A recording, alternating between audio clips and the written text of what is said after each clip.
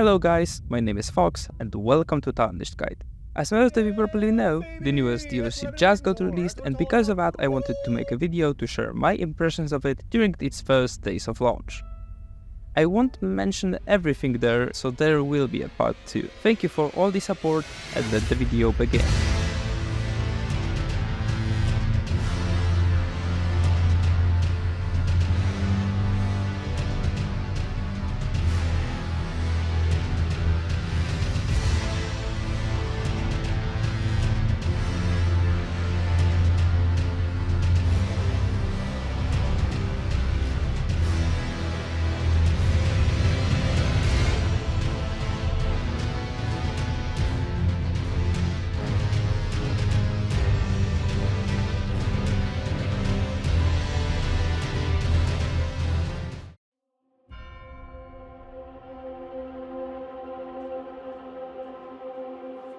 So, let's begin with some rules and objectives applied to this run. First, don't fail a uni exam session. This one was the most important and most hurtful of all the rules. If I wanted to pass exam session, I couldn't spend that much time on recording. Even without preparing for the biggest video up until now on this channel, uni was beating shit out of my sleep schedule. So to prevent more self-inflicted brain damage, I applied the next rule. After 1 hour of attempts, I allowed myself to use summons.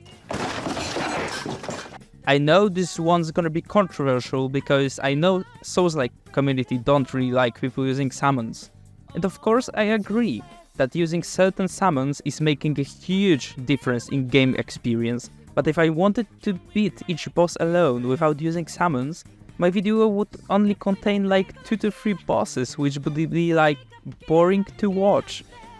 And also I wanted to have a wider perspective on this DLC in this short period of time. Even with summons, I've only managed to experience like half of the actual content of the DLC. And to make a better perspective on the game, I allowed myself to use summons, but with one exception. Never summon other players. With one exception, when I invited my friend for some meme fights and some cutscenes, I drew a line of making game easier and forbid myself from summoning other players to help me in fight. Self-growth is actually really important aspect of Dark Souls games, and I think using normal summons is more than enough of a help in the gameplay. And after taking a look on rules applied to the run, let's get started.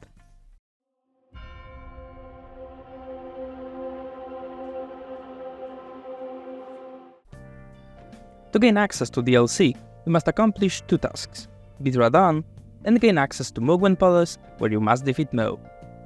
Both of those tasks I accomplished on my main account way before DLC release. My character was level 133 back then, and I remember being afraid of over-leveling, which is quite ironic considering my current experience with DLC. When you arrive to Mo Arena, you can spot a new NPC, which after being spoken to, will advise you to interact with Cocoon. After doing that, you will be teleported to actual DLC.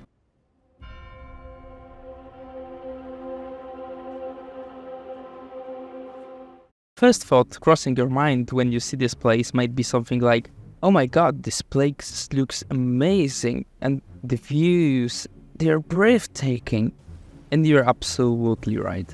It's quite sad that my PC was having a brief amount of stuttering during gameplay, because it was the only thing I didn't like in DLC's starting location. It was hard to drive torrent here because I spent most of my nearly non-existent attention span on enjoying background scenery. It is worth noting that new DLC added new currency, which upgrades your attack and defenses only in Land of Shadow. I personally didn't enjoy that mechanic because to me it meant more time grinding my ass off to be on level with enemies, but there is for sure people that will enjoy the feature and that won't agree with me. Overall, level design is understandable and don't have much mystery to it. It can lead to general boredom the more time you spend there. Points of interest are easy to find and story progression is well explained while meeting the new NPCs. I also tried fighting fire giants wandering around the Land of Shadow, but in summary, he had beat the fuck out of my dick during a fight. So I moved on. Near the main part of the map, you have option to explore 2 main locations and many dungeons scattered all around the Land of Shadow. I was personally intrigued with main progression, so I went to the castle placed in the western Land of Shadow.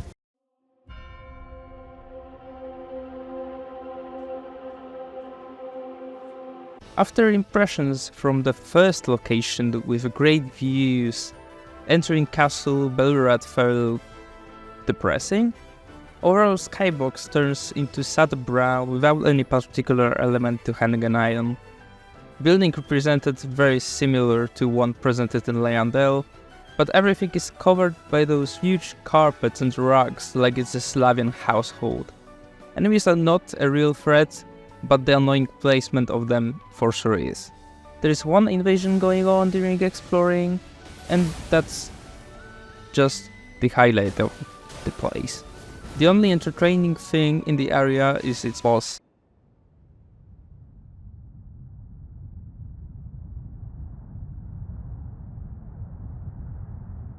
O horn-decked beast from higher sphere delivered, take root inside the tower sculpted keepers, and perched within, we beg of thee, rise.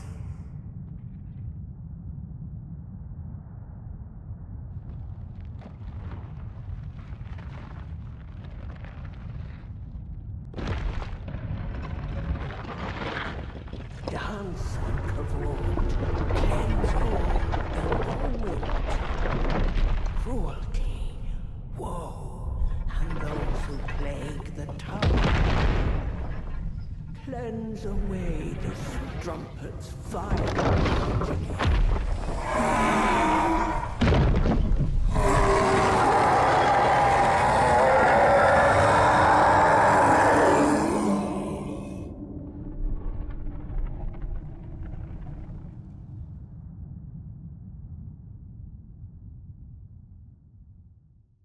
His all elements theme is really aesthetically pleasing and overall rhythm of the fight is fast-paced. Some attacks are forgiving, others aren't. Dark Souls classic. Only thing that I don't like about it is its huge AoEs, but I guess it fits into both themes, so this time it is acceptable to me.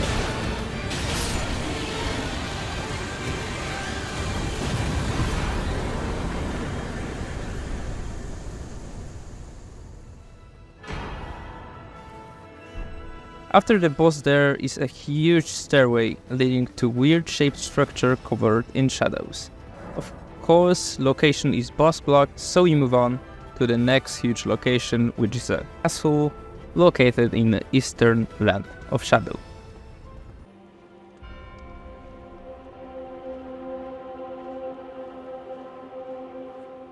When I see this godforsaken fucking name, my eye arteries are bursting. I will not complain myself because I spent almost 1 fucking hour getting behind the fucking NPC of Greatsword. And even after that there's more enemies, with fucking holes and maybe fucking flaming rocks. Why would you ever do this to me fucking... But let's get serious now. Location isn't that bad, has many cool places to look into, sometimes giving me a Rauh Career Academy vibes, but the further you explore, the better it gets. First boss you meet is Rolana.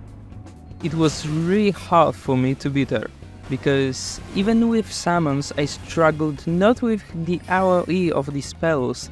The thing I struggled the most during the boss was her follow-up attacks, which I had a real problem dodging. Overall, it is a doable boss with unexpected nuke near the end of the fight, but I had a great time learning her attacks. Something I needed to resort to piss tactics to defeat her, because I feel like it could be a lot more fun to beat her normally. After the recording of the video, I vowed to myself that I'll beat the DLC normally without summons. The process will be probably streamed, so if you want to get notified, I can only recommend you to subscribe. Thank you, and let's move on. After Renoa, we move to the next big location.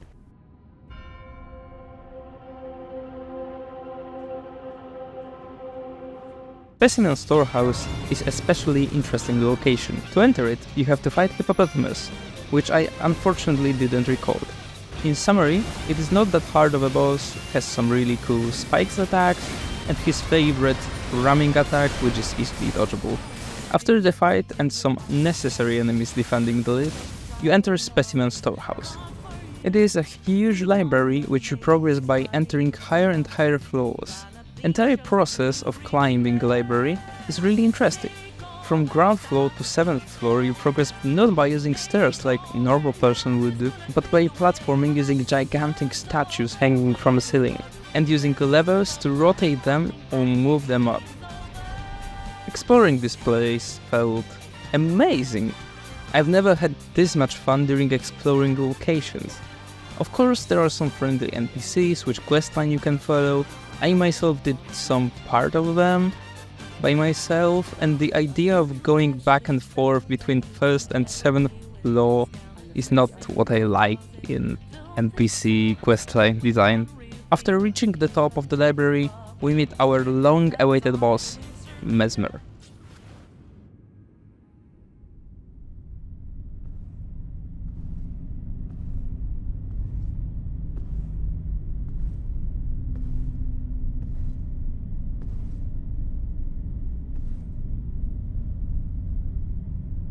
Mongrel intruder.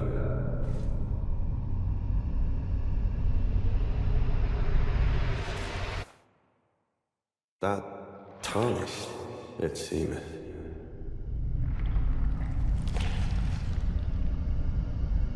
Mother, wouldst thou truly lordship sanction in one so bereft of life?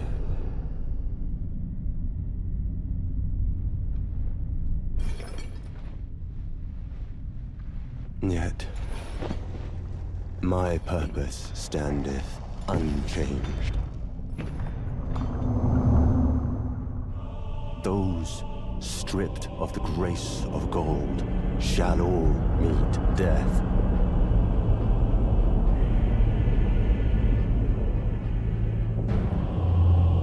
In the embrace of Mesmer's flame. His moveset is amazing. Fighting arena reminds me a bit of Lionel, where we fought Gideon, but aesthetics of the boss are greatly utilized, and fight leaves you always on your toes. Most of his attacks leave AoE flame effect, which I didn't really mind, but some combos were absolutely unforgiving. There is an option to summon a story NPC during the fight, which I did because reaching my final attempt took ages. If you wonder, he is absolutely useless and acting as a mid-shield, and sometimes not even that. The real part of the fight starts when Mesmer transitions into the phase 2.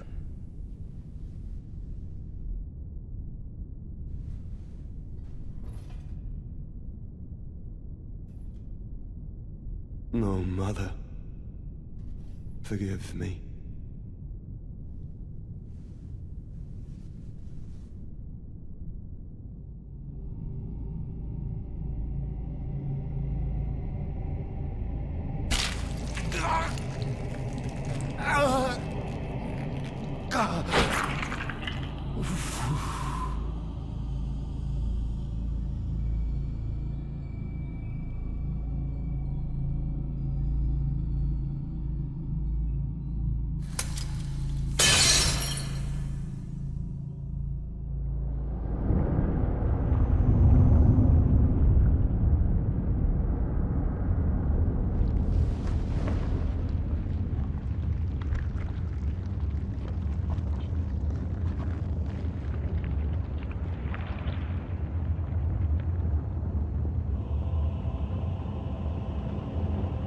Soon tarnished.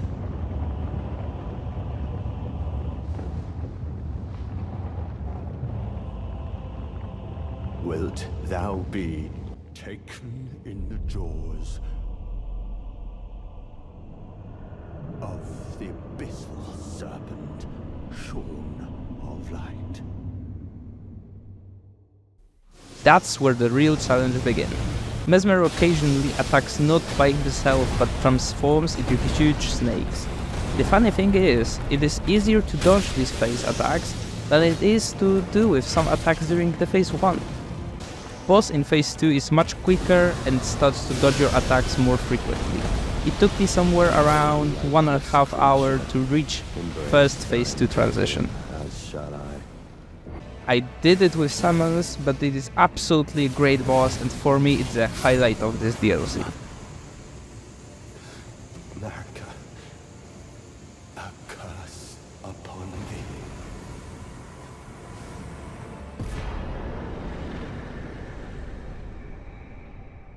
After defeating him, we unlock a location which was previously locked out for us, but before going there, let me tell you about one other location.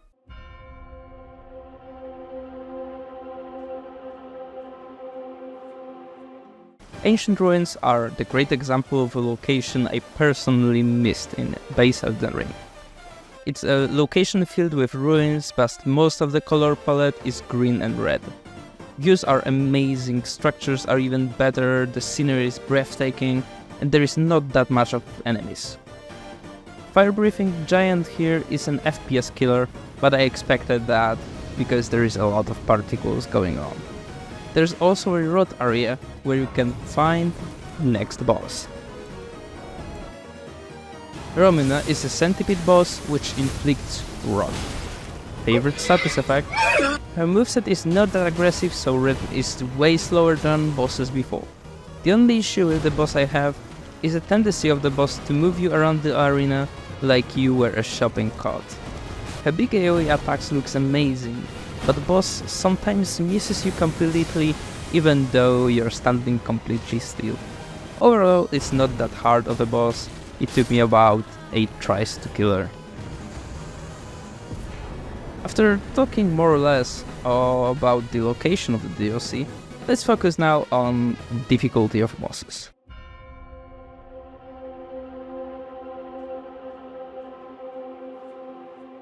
I want to address one thing about Steam low ratings due to high difficulty.